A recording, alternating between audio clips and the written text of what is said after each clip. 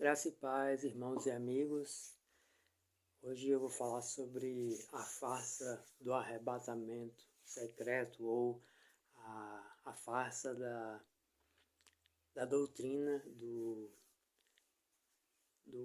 pré-tribulacionismo ou arrebatamento pré-tribulação, que eu chamo de pré-arrebatamento, porque a Bíblia ela é muito clara, né, em falar que o arrebatamento só vai ocorrer após a grande tribulação. Aí eu chamo essa doutrina de pré-arrebatamento, também é mais fácil de falar do que pré-tribulacionista, né? Eu tenho dificuldade em falar. Então, para mim não faz nenhum sentido essa doutrina, né? Não tem embasamento bíblico algum. Simplesmente pelo fato de que essa doutrina ela se baseia no argumento de que vai haver duas vindas de Jesus Cristo, que eles dizem que na verdade é duas, mas é uma vinda em duas fases. E que essa vinda será secreta. Né? E em nenhum lugar a Bíblia diz que Jesus virá em secreto, ela diz na verdade o contrário, que todo olho verá. Né? Será uma vinda que todos verão, inclusive aqueles que estão mortos, né? Verão, né? E todo o olho verá. Eu entendo que até os mortos eles irão ganhar consciência ali para ver Jesus voltando, né? Porque muitos, inclusive, duvidaram, né? Não creram em Jesus e tudo mais, então todos terão que vê-lo voltando. E outra coisa é a questão de Jesus vir duas vezes, ou seja, em duas fases. A Bíblia também em nenhum lugar fala que Jesus vai vir em duas fases, né? Só fala de uma única vinda. Então só isso aí já derruba completamente essa ideia, mas as pessoas insistem que existem outros textos que falam, que dão um embasamento bíblico para você defender essa doutrina. Mas na verdade não existe esses textos que dão embasamento a essa doutrina. E eu vou provar aqui que a doutrina é única. Tanto é que essa doutrina ela é nova, ela tem 100 e poucos anos. Antes disso, o entendimento, né, da grande maioria, pelo menos, dos cristãos e o ensino das igrejas era que os cristãos teriam que passar pela grande tribulação para depois serem arrebatados. Né? Então, a doutrina sempre foi pós-tribulacionista da igreja. Apenas 100 e poucos anos atrás que começaram a ensinar essa doutrina de um arrebatamento antes da tribulação, o arrebatamento secreto. Isso, obviamente, é uma coisa do maligno para deixar as pessoas despreparadas. Eu, inclusive, percebi claramente isso. Eu já entendi que essa doutrina ela era falsa, mas porque a Bíblia ela é clara. Mas quando eu estava em Belo Horizonte para fazer um teste numa empresa, eu conheci um rapaz bem jovem, uns 23 anos, e ele é evangélico, Paulo, o nome dele. Eu tinha até ele no meu zap, mas ele me bloqueou porque eu mandava muitas mensagens informativas, né, falando sobre os fins dos tempos também e tudo mais. E ele é desses crentes modernos que acreditam nesse arrebatamento secreto e, portanto, ele não vai sofrer, não vai passar por nenhum problema de tribulação, nada disso, então não tem por que ele ficar preocupado com o fim dos tempos, né, com o que há de vir. Em parte eu concordo que a nossa confiança está em Jesus Cristo e tudo mais, e o próprio Jesus Cristo disse, não tem mais, porque tudo isso tem que ocorrer, né? Não tem mais quem mata o corpo, mas ele preparou seus discípulos para o sofrimento e a morte. Ele disse, não tem mais quem mata o corpo, mas não pode matar a sua alma, né? Esse é o pensamento que o cristão deve ter, né? Mas hoje em dia, esse irmão Paulo, ele acha que já sofreu demais, que as pessoas já sofrem demais e ter que passar por uma tribulação aí já é demais para ele, ele não aceita isso de forma alguma. Ele até chorou na hora quando eu expliquei isso. E depois, com as mensagens que foi mandando para tentar abrir a mente dele para alertar ele, né, da questão de que ele sim pode ter que enfrentar perseguição, prisão, tortura, morte, mas ele não quis e me bloqueou. Os crentes hoje em dia é só bênção e proteção divina e nada de sofrimento, nada de entregar suas vidas por nosso Senhor Jesus Cristo, né? E sua palavra. Eu recomendo a leitura desse livro, A Farsa do Arrebatamento Secreto, do teólogo Zélio Cabral, que tem mestrado, inclusive, em escatologia. Ele fez bacharel em teologia e fez mestrado em escatologia, especialista aí no estudo dos fins dos tempos, e ele é completamente também contra essa doutrina. E eu vou ler aqui um trechozinho interessante, a descrição aqui do livro está na Amazon e barato, né? Principalmente a versão em PDF. E tem um trecho aqui interessante de algumas palavras de Jesus que ele cita, né? Como ensinou Jesus: se o mundo vos odeia, sabei que primeiro do que a vós outros me odiou a mim. Lembrai-vos da palavra que eu vos disse: não é o servo maior do que o seu senhor. Veja, esse trecho é muito interessante. Ele diz que o servo não é maior do que o seu senhor, ou seja, nós somos servos de nosso Senhor Jesus Cristo, nós não somos maiores que ele, né? Se Jesus Cristo, é o que ele vai dizer aqui na sequência, se Jesus Cristo ele foi perseguido e morto, né? Torturado e morto, e sofreu até o último momento, até o seu último suspiro, então, e sendo ele nosso Senhor, ele passou por tudo aquilo, porque nós servos, então, não estaremos dispostos a passar pelo mesmo, porque nós não sofreríamos o mesmo, né? Será que nós seríamos poupados porque nós somos melhores do que Jesus, né? Ou não precisaríamos passar por essas coisas, assim como nosso Senhor Jesus Cristo passou? Se nós não somos maiores do que ele, nem sequer somos iguais a ele, né? Temos que estar dispostos também a passar por essas coisas e a sofrer e morrer por ele, né? Pelo nosso Senhor. Veja, aí ele continua explicando: se me perseguiram a mim, também perseguirão a vós outros. Veja, se perseguiram, torturaram e mataram Jesus, nós também sofreremos o mesmo. E temos que estar preparados para isso, né? E não o contrário, né? Ficar esperando aí ser arrebatado sem sofrer perseguição, tortura e morte, né? Sem sofrer fome, sede, nada disso. Tudo isto, porém, vos farão por causa do meu nome, porquanto não conhecem aquele que me enviou. Tenho-vos dito essas coisas para que não vos escandalizeis, né? Não fiquem aí desesperados. Eles vos expulsarão das sinagogas, mas vem a hora em que todo o que vos matar julgará com isso tributar culto a Deus, né? Julgarão estar fazendo a coisa certa, adorando a Deus, inclusive. Estas coisas vos tenho dito para que tenhais paz em mim. No mundo passais por aflições, ou seja, você vê, aqui nós temos que ter consciência de que nós estamos aqui para sofrer mesmo, entendeu?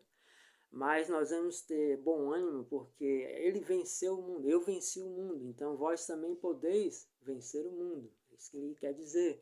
Ele está conosco para nos ajudar a vencer o mundo, a passar por essas aflições e vencer o mundo. Vencer o mundo não é não sofrer, é morrer fiel. Isso é vencer o mundo.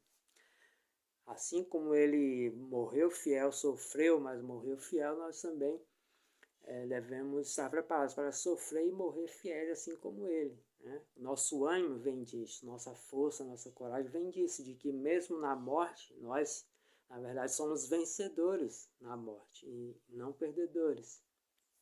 Então, se sabemos que a ressurreição dos mortos precederá, mesmo que em milésimos de segundos, o arrebatamento, né, que está em Tessalonicenses 4, 16 a 17, Paulo lá fala claramente, né, que a ressurreição só vai ocorrer,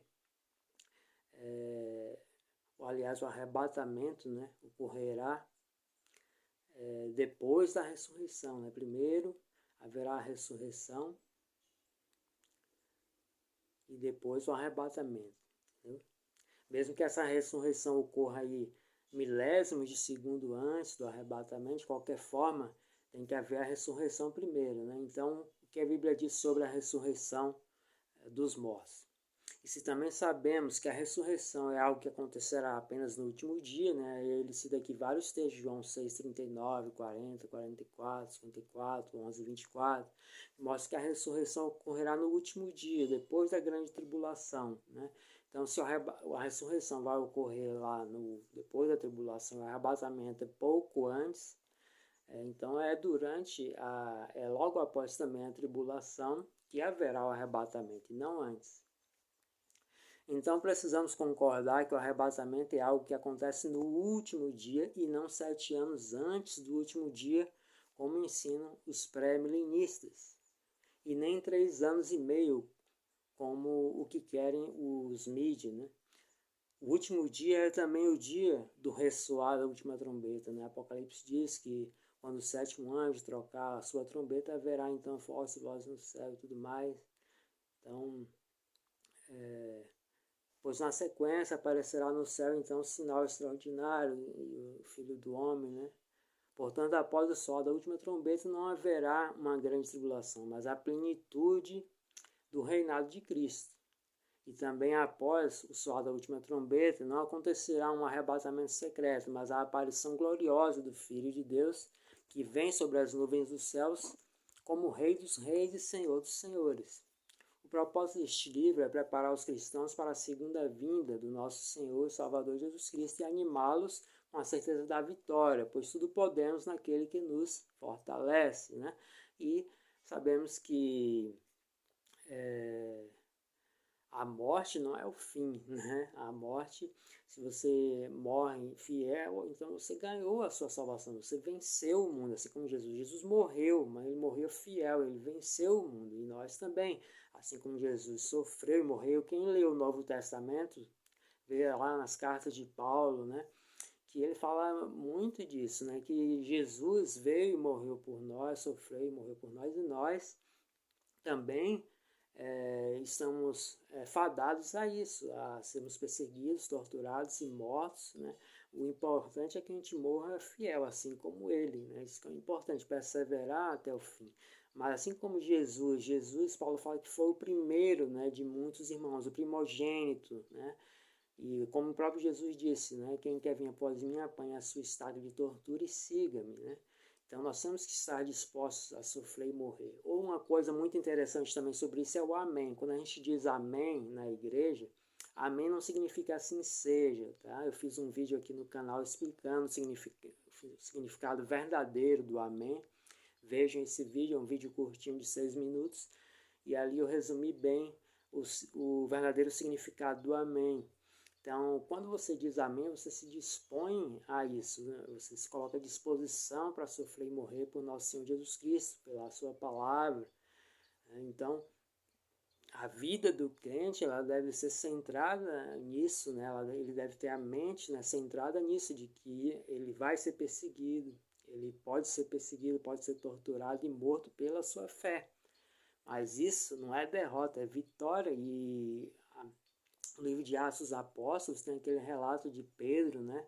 Quando Pedro começou a pregar em Jerusalém após o Pentecostes ali, e ele foi preso, né? E eles foram açoitados e depois libertos. Eles saíram alegres, cantando, louvando, pulando de alegria, porque eles tinham sido presos e torturados pelo nome de nosso Senhor Jesus Cristo, né?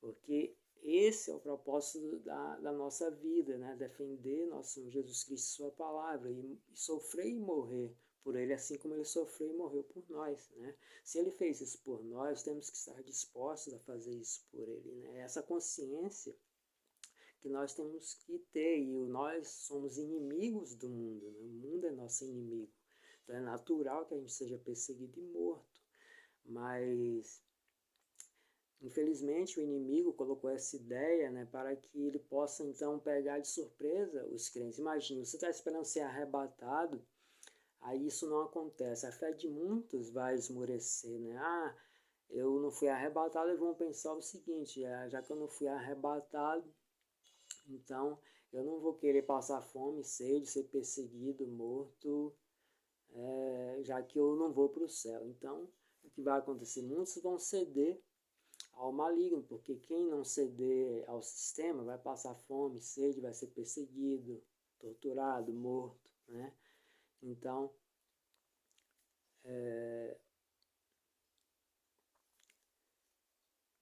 a fé dessas pessoas vai esmorecer. Se eu contei para aquele crente em Belo Horizonte sobre isso, ele já chorou só por imaginar, né, a possibilidade de sofrer, já chorou. Imagine ele não sendo arrebatado, o desespero que esse homem vai ficar, né? O espírito dele vai esmorecer e ele não vai ter coragem, a maioria pelo menos não vai ter coragem de encarar fome, sede e outras coisas, né, sem esperança de salvação, porque você tem que ter a esperança de salvação. Se sua esperança ser arrebatado antes da tribulação, isso não acontece, então acabou sua esperança, certo? Então o que vai acontecer aí? Vão ceder, né? A não ser aqueles que tenham consciência de que sim, o arrebatamento pode ser só depois da tribulação, né? Os que têm essa consciência, mesmo não tendo certeza, né, que essa doutrina é falsa, mas tendo fé o bastante, né, para encarar o sofrimento, então vão passar, mas muitos não vão ter essa fé, esse entendimento, né? Muitos vivem, a maioria dos crentes vive na ignorância, vive na falta de conhecimento, né? Como o povo de Israel, né, que perecia no conhecimento, por falta de conhecimento. Então, é muito sério isso aqui. Agora eu vou usar aqui os textos, né, que muitos usam aí para justificar o... Antes eu vou ler aqui Mateus 24, 9 e 10, para ficar clara essa questão do sofrimento, e depois eu vou... Recomendo a todos que leiam Mateus capítulo 24. Aquilo ali esclarece tudo sobre essa questão de arrebatamento, quando que vai ser, a vinda de Jesus, como vai ser, né? Alguns usam ali o texto que Jesus disse que vai voltar como ladrão para dizer que ele vem em secreto, mas ele não afirma ali que vai vir em secreto. Ele diz o contrário, que vai vir em público, em Mateus 24, como ladrão, que ele quer dizer que num momento inesperado, então que a gente tem que estar sempre vigilante, sempre preparado, né? Porque quando vier a tribulação, como não vai ter esse arrebatamento, aí a fé de muitos vai para o ralo, muitos vão cair, vão ceder ao sistema, certo? Então vão restar uns poucos aí, e a situação ela só vai se agravar cada vez mais, né? Então é nesse sentido que Jesus fala que ele virá, né, como um ladrão, né? Que quando as pessoas menos esperarem, as pessoas estarão aí, a grande maioria, né, seguindo aí suas vidas e sem sequer imaginar, né, que Jesus vai voltar, e de repente ele vai voltar, vai pegar as pessoas de forma inesperada, mas não os crentes. Os crentes que entendem a palavra não são pegos de forma inesperada, porque eles já estão preparados, né? Ele vai pegar despreparado aqueles que não entendem a palavra, né? É nesse sentido.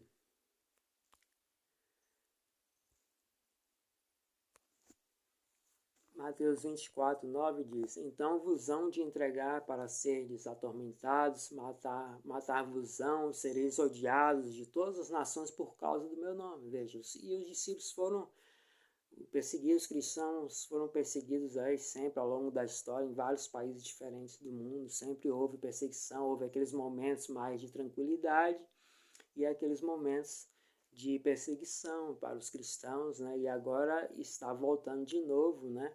Esse ódio aí aos cristãos, né? A cristofobia está aí a todo vapor. Nesse tempo, muitos serão escandalizados e traem-se uns aos outros, e uns aos outros se odiarão, e surgirão muitos falsos profetas e enganarão a muitos. Então, veja que não tem aumentado aí o ódio, principalmente o ódio, né, aos cristãos, né, tem aumentado muito, né, muitos traindo aí, né, principalmente na política, né, mas também no meio evangélico, tem essas traições. Então essas traições estão se cumprindo já, nós já estamos ali no princípio das dores. Agora eu vou ler aqui os textos que mais são usados para justificar. Lembrando, a maioria dos textos que eu vou ler aqui está em Mateus capítulo 24. Leiam Mateus capítulo 24 com calma, que lá também tem tudo sobre, né, o fim dos tempos, a vinda de Jesus, o arrebatamento. Ali está tudo muito claro, não tem o que discutir. Aí eles usam esses textos aqui que eu vou provar para vocês que não justificam um arrebatamento antes da tribulação. 1 Tessalonicenses 1,10. E esperar dos céus o seu Filho, a quem ressuscitou dentre os mortos, a saber, Jesus, que nos livra da ira futura, né? Então, porque ele fala aqui que Jesus nos livra da ira futura, aí eles justificam que isso aqui é um arrebatamento antes da tribulação. Mas a ira, a grande ira, não é a tribulação. A grande ira de nosso Senhor Jesus Cristo não é ali os cálices da ira do Apocalipse, porque aquilo ali é uma forma de mostrar para as nações que elas estão erradas, punir as nações, dar oportunidade de arrependimento, mas não é a grande ira. A grande ira é o inferno de fogo, é ser lançado no lago de fogo, no tormento eterno. Essa é a grande ira. É a segunda morte, né, que a Bíblia fala. Então, que nós devemos temer. Essa é a grande ira, a segunda morte. Então, que está falando disso, não está falando de livrar da tribulação. O texto não fala de livrar da tribulação. O texto fala da ira futura. Qual é a grande ira futura? É a tribulação? Não.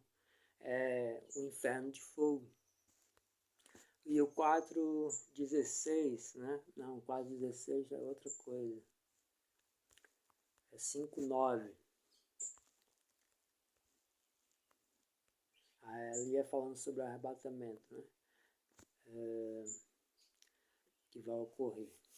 1 Tessalonicenses 5,9 é outro texto que eles usam, que fala da ira também, porque Deus não nos destinou para a ira, né? Não nos destinou para a ira não quer dizer não nos destinou para o sofrimento, para a tribulação. Tanto é que desde o começo, né, Jesus já avisou, né, que eles seriam perseguidos, eles foram perseguidos, e ele estava falando também ali para aqueles que estariam no fim dos tempos, para nós hoje também, né? Então, a perseguição sempre existiu, sempre vai existir enquanto este mundo existir. Então, porque Deus não nos destinou para a ira, mas para a aquisição da salvação por nosso Senhor Jesus Cristo. A aquisição da salvação. O próprio texto já esclarece que essa ira aqui não está se referindo à tribulação, mas sim à questão de você ser salvo ou não. Veja, ele não nos destinou para a ira, ou seja, para a condenação, para o inferno, mas para a aquisição da salvação. O texto é claro, né? Que não tem nada a ver com um pré-arrebatamento, com nos livrar do sofrimento, mas sim nos livrar da morte eterna, nos livrar da condenação, nos livrar do inferno. É isso, né, que está falando aqui. E o outro texto que eles usam para justificar está em Apocalipse, capítulo 3, né? Versículo 10, que fala sobre a igreja de Filadélfia. Agora eu entendo porque tem igreja aí agora que se chama Filadélfia, né? Por causa desse texto aqui, eles acreditam que não vão sofrer nada. Diz aqui: como guardaste a palavra da minha paciência, também eu te guardarei da hora da tentação que há de vir sobre todo o mundo, para tentar os que habitam na terra. Então, porque essa igreja de Filadélfia ela foi fiel, então Jesus Cristo disse: eu vos guardarei, né, da hora da tentação que virá sobre todo o mundo. Contudo, essa aqui foi uma mensagem para uma igreja específica, e foram 7 igrejas, né? Foram 7 mensagens, 7 cartas para 7 igrejas diferentes, né? E aqui está falando de uma igreja específica, já começa por aí, né? Que eles pegam isso aqui e aplicam para todos os crentes, para toda a igreja, sendo que foram 7 igrejas que receberam mensagem, né? E só essa recebeu essa mensagem específica. Então, isso aqui não se aplica a toda a igreja, já começa por aí, né? É um grupo limitado de crentes, um grupo reduzido de crentes, né? Outros crentes que também são salvos não estão inclusos nessa mensagem aqui, mas que são salvos também, que as outras cartas, né, a maioria dos crentes ali seriam salvos, né, está claro, né? A maioria das igrejas estava sendo ali fiel, né? A maioria dos membros das igrejas, né? Havia aqueles membros infiéis, mas a maioria dos membros estavam sendo fiéis, outros precisavam apenas fazer correções, né? Mas as igrejas não estavam totalmente, né, condenadas, né? Havia crentes ali salvos nas outras 6 igrejas, né? E aqui é uma mensagem específica para uma igreja, então já começa por aí, que é um grupo reduzido, certo? Não se aplica a todos os crentes, mas a um grupo reduzido de crentes. E eles seriam guardados realmente da tribulação, mas isso aqui já pode ter se cumprido, certo? Com certeza já se cumpriu lá no primeiro, segundo século, né, quando eles foram perseguidos, né? Isso eu vou mostrar para vocês, né? A carta a Esmirna esclarece bem isso aí. Os cristãos foram perseguidos, né? A igreja de Esmirna também foi uma igreja fiel e que foi perseguida, né? Sofreu tribulação. Mas essa igreja aqui recebeu esse privilégio de ser preservado dessa tribulação, né? Pode ser que não tenha nenhuma aplicação para os nossos tempos, é possível. Pode ser, como aqui fala, guardarei da hora da tentação que há de vir sobre todo mundo. Pode ser que haja uma aplicação para o nosso tempo. O nosso tempo hoje é bem provável que haja, mas aqui vai se referir a um grupo específico, né, de cristãos que serão preservados ali do maior sofrimento, né, e tudo mais da tentação. Mas isso não significa que os outros crentes, né, não serão vitoriosos, né, porque a vitória está em sofrer e morrer fiel, né? A vitória é ser fiel, é isso, né? Não é você ser protegido, né, que dá a vitória. O que dá a vitória é você morrer fiel, certo? E os outros crentes, como os crentes de Esmirna, eles perseveraram, né, sofreram, foram presos, torturados, muitos morreram, mas permaneceram em sua maioria, né, fiéis, né? E é isso que importa, né? Eles tiveram a vitória.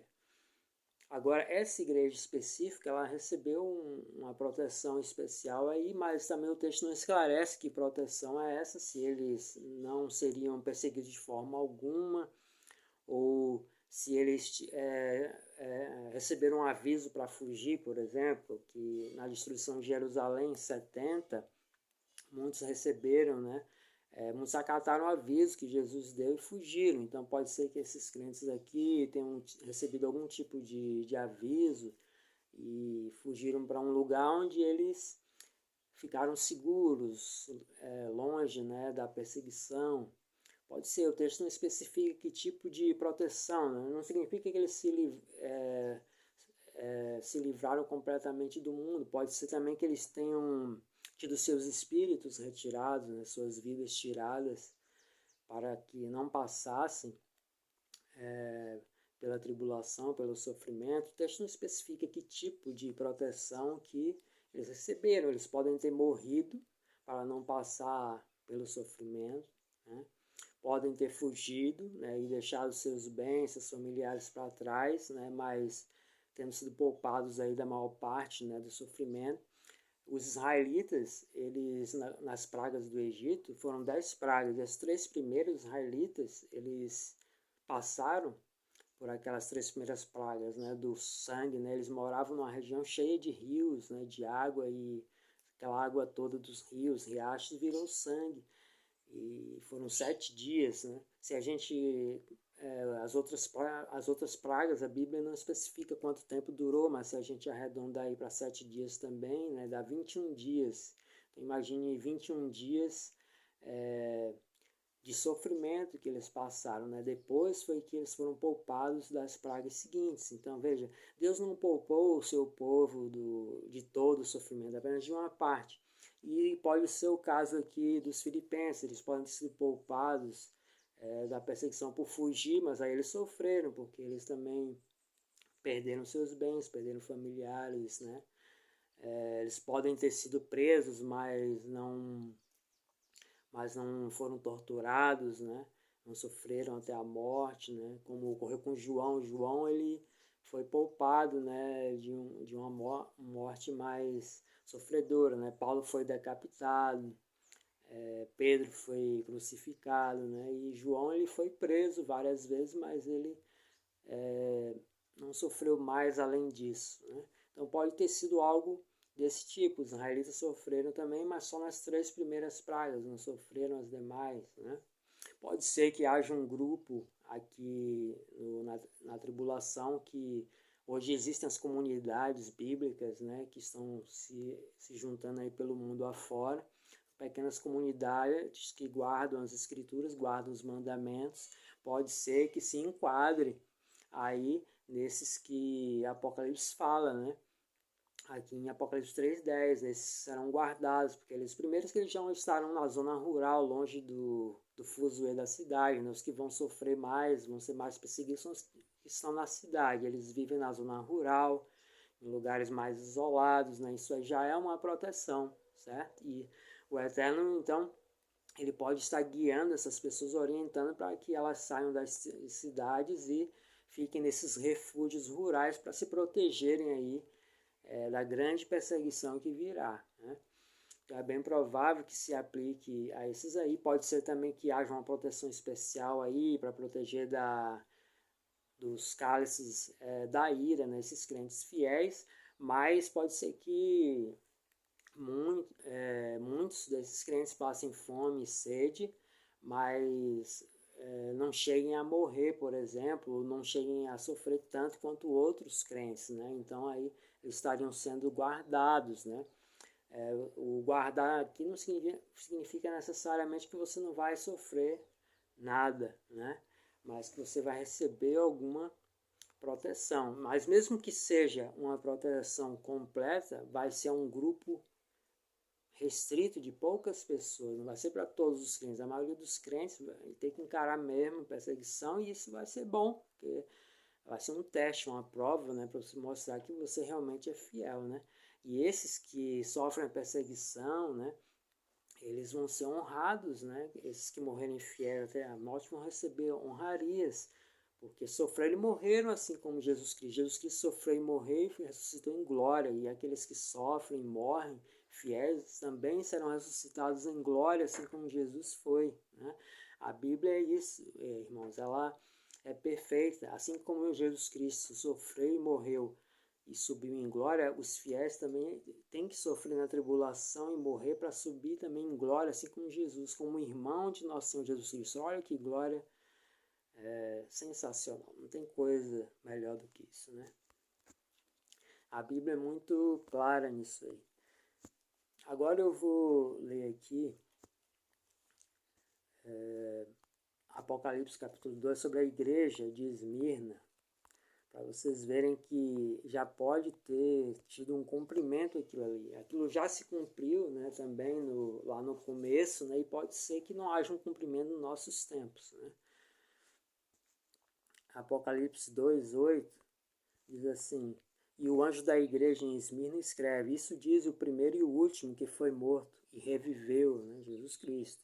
Conheço as tuas obras e tribulação e pobreza, mas tu és rico. Veja só, a tribulação, essa igreja ela sofria, era uma igreja pobre, né? Mas ela era rica, ela era pobre para o mundo, mas para Deus era rica. E a blasfêmia dos que se dizem judeus e não são, mas são a sinagoga de Satanás. Nada temas das coisas que hás de padecer. Eis que o diabo lançará alguns de vós na prisão para que sejais tentados, e tereis uma tribulação de 10 dias. Ser fiel até a morte, e dar-te a coroa da vida. Quem tem ouvidos, ouça o que o Espírito diz às igrejas: o que vencer não receberá o dano da segunda morte. Veja, então o que vencer será aquele que não receberá o dano da segunda morte, ou seja, a condenação eterna, o inferno de fogo, certo? A condenação eterna é a grande ira, entendeu? Todos os vencedores são os que não sofrem a condenação eterna. A grande ira que Paulo fala em Atos Tessalonicenses é essa, é a segunda morte, né? A condenação eterna, né? Então, todo crente que sofre e morre fiel, esse é vencedor, porque ele não será condenado à segunda morte, não será destinado à segunda morte. E aqui no versículo 10 ele fala, ser fiel até a morte, né? Então darei a vida, certo? Então o crente tem que ser fiel até a morte, não é ser fiel apenas nas bênçãos, não, como os crentes, a maioria hoje em dia, né?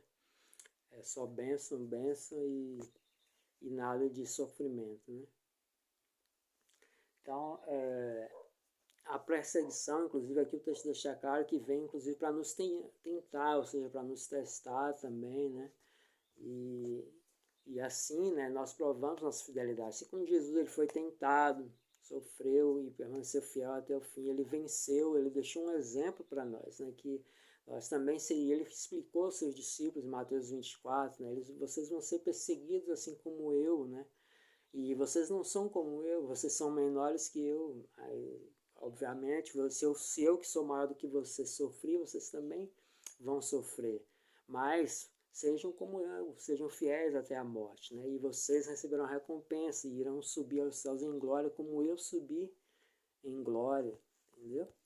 É aí que está a coisa toda, né? E isso é tirado, né? Com essa doutrina aí de pré-arrebatamento, de pré-tribulacionismo. Agora eu vou ler outros textos, né? Vou ler aqui alguns textos de Mateus 24, que detalha bem essa questão, né, dos fins dos tempos, da vinda de nosso Senhor Jesus Cristo.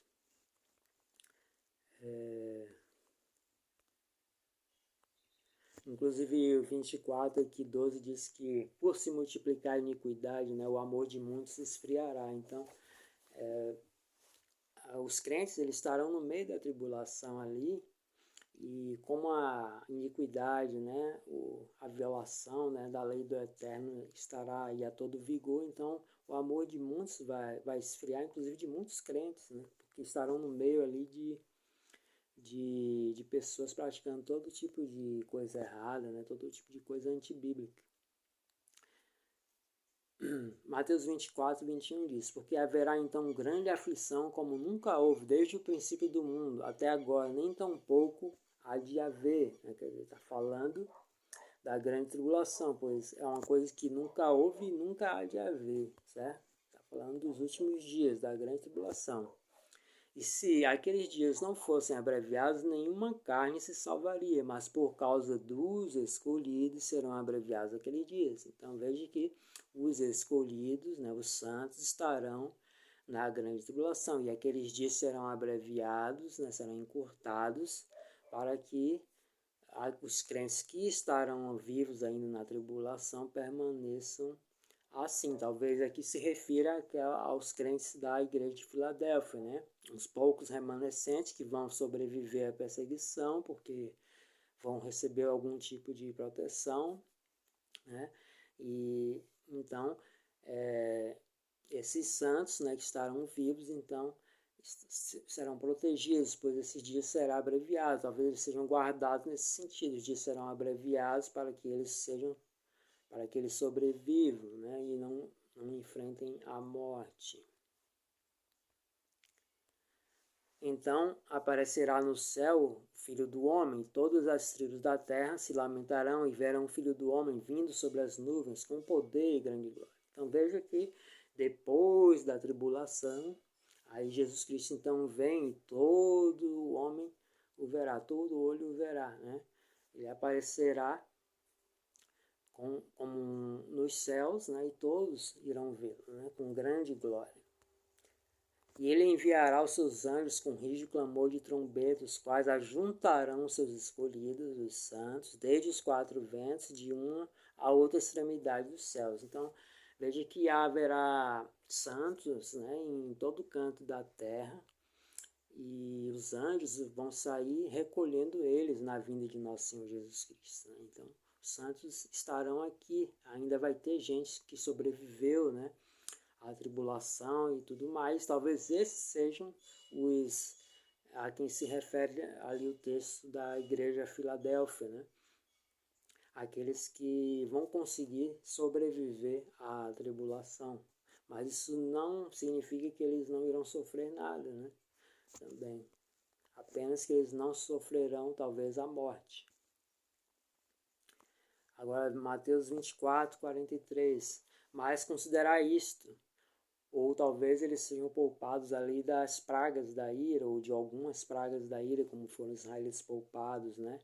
De algumas, né? Mas não de todas. Mateus 24, 43. Mas considerai isto, se o pai de família soubesse a que vigília da noite havia de vir o ladrão, vigiaria e não deixaria minar a sua casa. Esse é o texto que eles usam, né, para dizer que Jesus vem em secreto, mas o ladrão, né, ali não se refere a vir em secreto, mas vir de surpresa, né, vir de surpresa. Ele vai pegar os escolhidos santos de surpresa? Não, porque eles conhecem as escrituras e eles sabem a sequência dos acontecimentos, né? Mas vai pegar os descrentes, né? Obviamente todos de surpresa, eles estarão todos confiantes, né? De que estarão no controle das coisas aqui na terra, seguindo o anticristo, e de repente aparece Jesus no céu. E o 24, 44, por isso estáis vós preparados também, porque o Filho do Homem há de vir a hora em que não penseis, né? Então, Jesus Cristo diz, ficai sempre preparados, né? Isso é importante, a gente estar sempre, né, preparado realmente, né?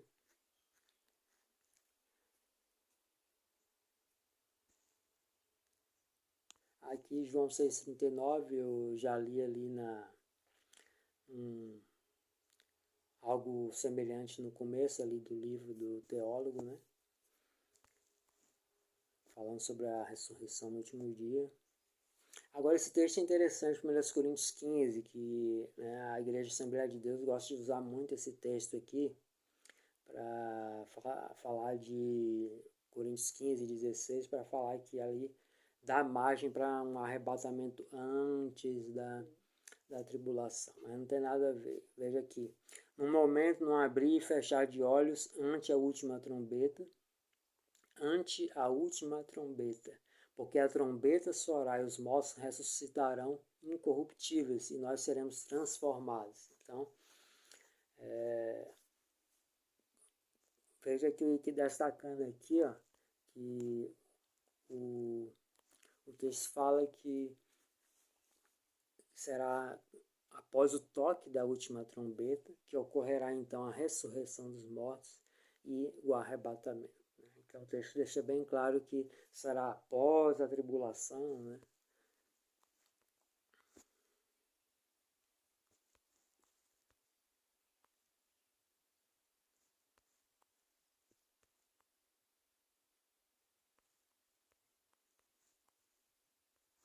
Eu já li aqui Não, vou ler agora o da igreja em Esmirna, eu acabei esquecendo. Ah, não, já li, desculpe. A parte que... Mas acho que eu não li o 10, né? Já li também. Já li o 11. Bom, agora vamos seguir em frente aqui com outros textos que mostram que o arrebatamento só ocorrerá após a tribulação. Apocalipse 6:9 diz, havendo aberto o quinto selo, vi debaixo do altar as almas dos que foram mortos por amor da palavra de Deus e por amor do testemunho que deram.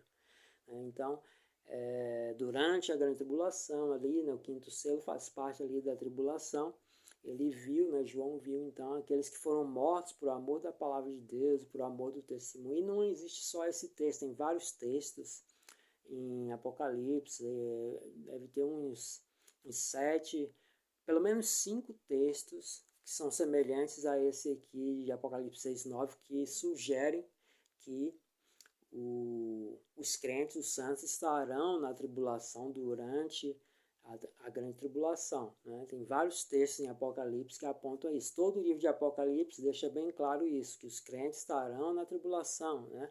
Eu li isso para uma evangélica pentecostal, né? Mas Acho que ela fica nessa aí na dúvida, né, de que pode ser, pode não ser, né? Mas Apocalipse também é bem claro nesse sentido. Apocalipse 6:10 diz: E clamavam com grande voz, dizendo: Até quando, ó verdadeiro e santo dominador, não julgas e vingas o nosso sangue dos que habitam sobre a terra, né? Quem que está pedindo ali para que seja julgado, né, o sangue, né? Os santos que morreram na tribulação, né? Apocalipse 7:9.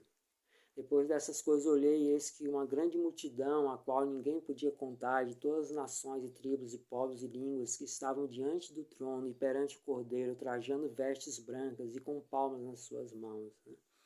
E um dos anciãos me falou, dizendo: estes que estão vestidos de vestes brancas, quem são e de onde vieram, né? Quem são e de onde vieram estes que estão de vestes brancas? E eu disse-lhe: Senhor, tu sabes. E ele disse-me: Estes são os que vieram da grande tribulação e lavaram as suas vestes e esbranquearam no sangue do Cordeiro. Então veja que estes são os que vieram da grande tribulação.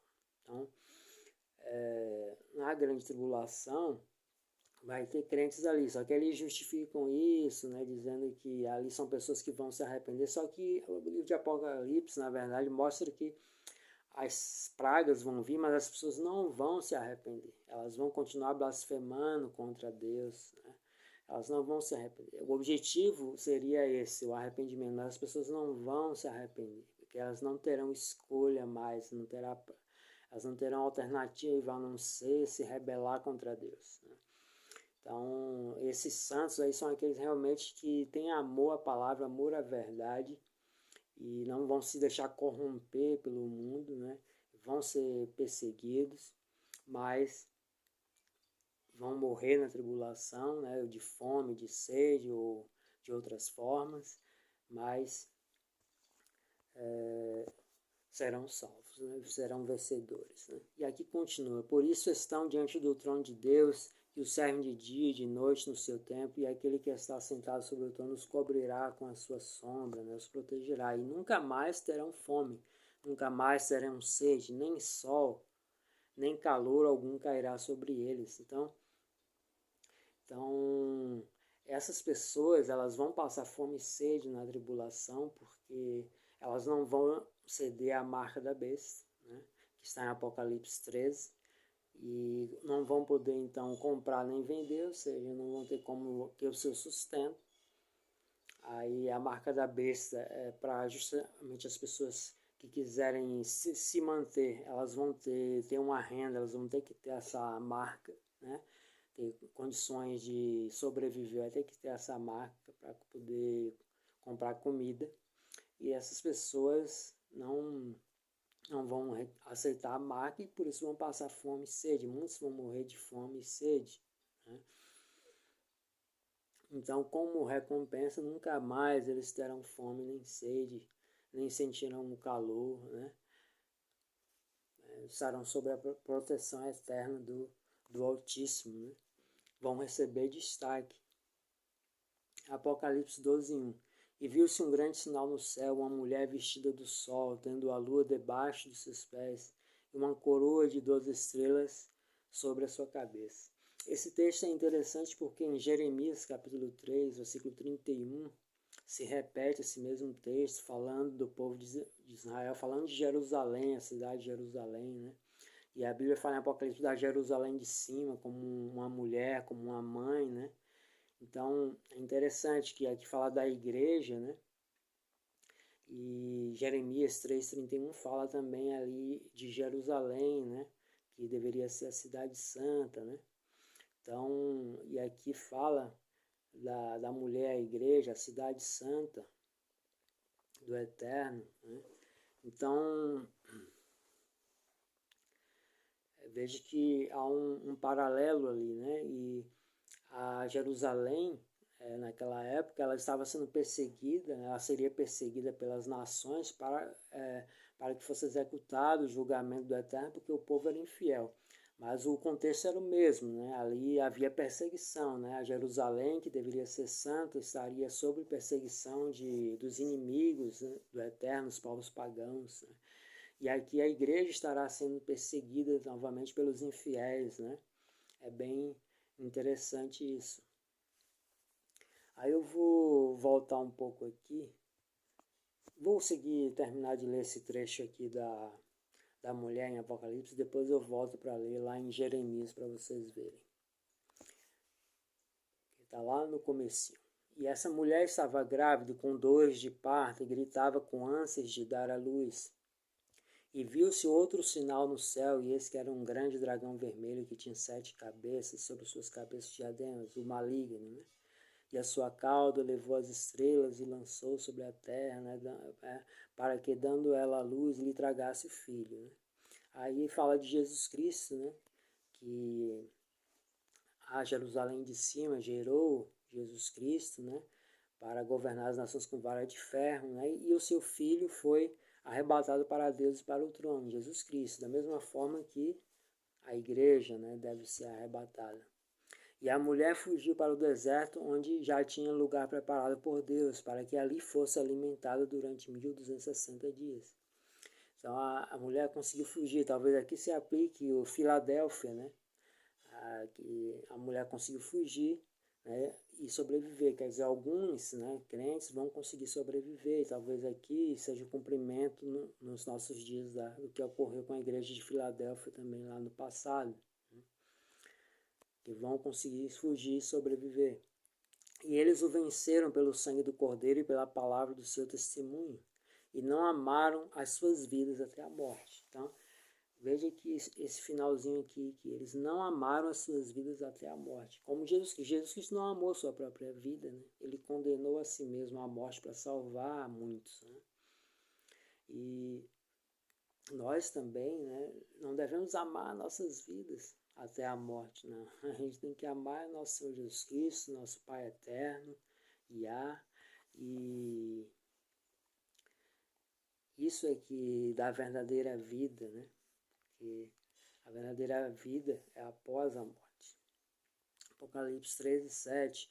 Veja que aqui fala sobre a perseguição da igreja, né? E foi-lhe permitido fazer guerra aos santos. Quer dizer, foi permitido ao maligno, ao anticristo, né, fazer guerra aos santos e vencê-los, né? E deu-lhe poder sobre toda a tribo e língua e nação. Então, na grande tribulação, os santos serão perseguidos, serão vencidos, mas muitos vão conseguir sobreviver. E provavelmente ali teremos um cumprimento ali da igreja de Filadélfia, que eles serão protegidos então ali talvez das pragas da ira, ou de algumas pragas, ou de um sofrimento maior de perseguição, entendeu? Mas não significa que eles estarão fora da tribulação, né? Eles vão passar também pela tribulação e vão sofrer também. Agora eu vou ler ali Jeremias, está lá mais para cima, 31, 33, né? Não é 31, 33, não é 4, 31. Porquanto ouço uma voz como a de uma mulher que está de parto, uma angústia como a de que está com dores de parto do primeiro filho, a voz da filha de Sião, ofegante, que estende as suas mãos, dizendo, ai de mim agora, porque já a minha alma desmaia por causa dos assassinos. Então, aqui era Jerusalém lamentando, né? A mulher aqui é Jerusalém, lamentando porque os babilônios, né, iam vir e matar, né, seus filhos ali, destruir a cidade. E a mesma coisa em Apocalipse fala da mulher como sendo a Jerusalém celestial, né, a igreja, os santos e a noiva, né, de Cristo. Só que a situação é a mesma de perseguição, só que invertida. Em vez de a igreja ser infiel, como era o caso aqui em Jeremias, a Jerusalém aqui era infiel, né? E a de Apocalipse é uma Jerusalém fiel, né, sendo perseguida por sua fidelidade, né? Mas veja que há um paralelo, né?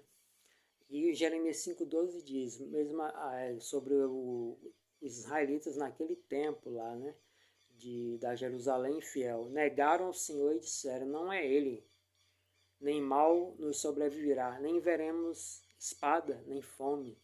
E até os profetas serão como o vento, porque a palavra não está com eles, assim se lhes sucederá. Então havia falsos profetas naquele tempo, dizendo que não ocorreria aquela destruição de Jerusalém, dizendo que nenhum mal iria sobrevir sobre Jerusalém, e nem veremos espada e nem fome. Né? E é isso que a doutrina do pré-arrebatamento pré-tribulacionista ensina, né? Que as pessoas não vão sofrer nenhum mal, que não verão espada, não serão mortas, nem passarão fome nem sede, né? Porque vão ser arrebatadas antes. Né? Quem diz isso são os falsos profetas. Né? Aí aqui fala da aliança, né, que será feita, né, e tal. Bom, basicamente era isso, né, que eu tinha para ler. Finalizo aqui. Então, acho que está muito claro, né, que eu não li todos os textos, não li Tessalonicenses, que fala do anticristo, né, que primeiro vai vir o anticristo, para depois, mais para frente, então, Jesus Cristo vir e a igreja ser arrebatada, né. Então, tem todo um processo, tem vários textos bíblicos que mostram claramente que os crentes, né, vão passar pela tribulação. Depois é que Jesus Cristo virá e haverá a ressurreição dos mortos e o arrebatamento. Né? E tem os textos que falam da ressurreição dos mortos também, né? Que eu já li alguns aqui. Tem vários que falam, né, que a ressurreição dos mortos só vai ocorrer no último dia, na vinda de nosso Senhor Jesus Cristo. E essa ressurreição vai ser antes do arrebatamento. Então, se a ressurreição vai ser lá, né, não tem como você dizer que o arrebatamento vai ser antes. Então a Bíblia é muito clara que o arrebatamento só vai ocorrer após a tribulação. Né? Não caiam nessa falácia aí de pré-arrebatamento, de pré-tribulação, né? De que você não vai sofrer nenhum mal, como os falsos profetas diziam lá nos tempos de Isaías, de Jeremias e de outros profetas. Sempre tinha os falsos profetas, né? Dizendo que não, que vai dar tudo bem, né? Vai dar tudo certo, você não vai sofrer. Isso aí é coisa do maligno, né? Assim como o maligno tentou, né? Usou Pedro para convencer Jesus de que ele não precisava morrer por nós, né? E Jesus Cristo disse: aparta de mim, Satanás, né? Porque é isso assim que ele trabalha, né? Ele faz a gente pensar que as coisas são mais fáceis, né? Mas as coisas não são fáceis, entendeu? Se você quer a salvação, você tem que estar disposto a sofrer e a morrer por isso, né? Por nosso Senhor Jesus Cristo e por sua palavra. Um abraço e não esqueçam de ver o vídeo aqui do canal sobre o real significado do amém, muito bom.